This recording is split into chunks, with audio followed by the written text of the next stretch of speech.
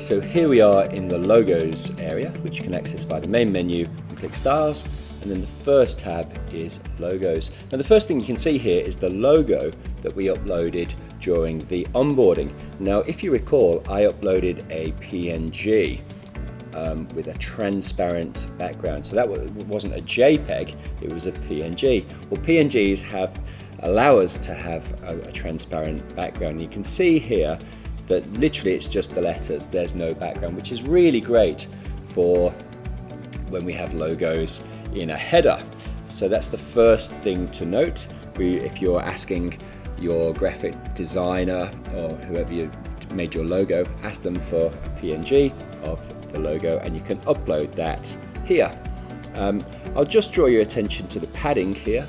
I've got padding on, but if I turn padding off, this is often a popular technique for graphic designers to provide a logo. So they will actually put their own padding in here, and I'm going to show you that just in a couple of minutes how I build out my logos and the padding that I use. But as you can see here in the graphic file of my logo, there's actually some padding on the right, and I've used that back in the preview here.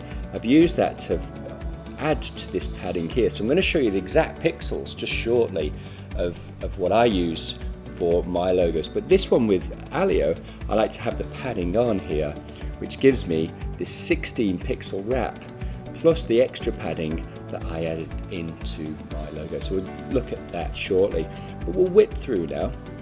I'll just show you the logo on scroll.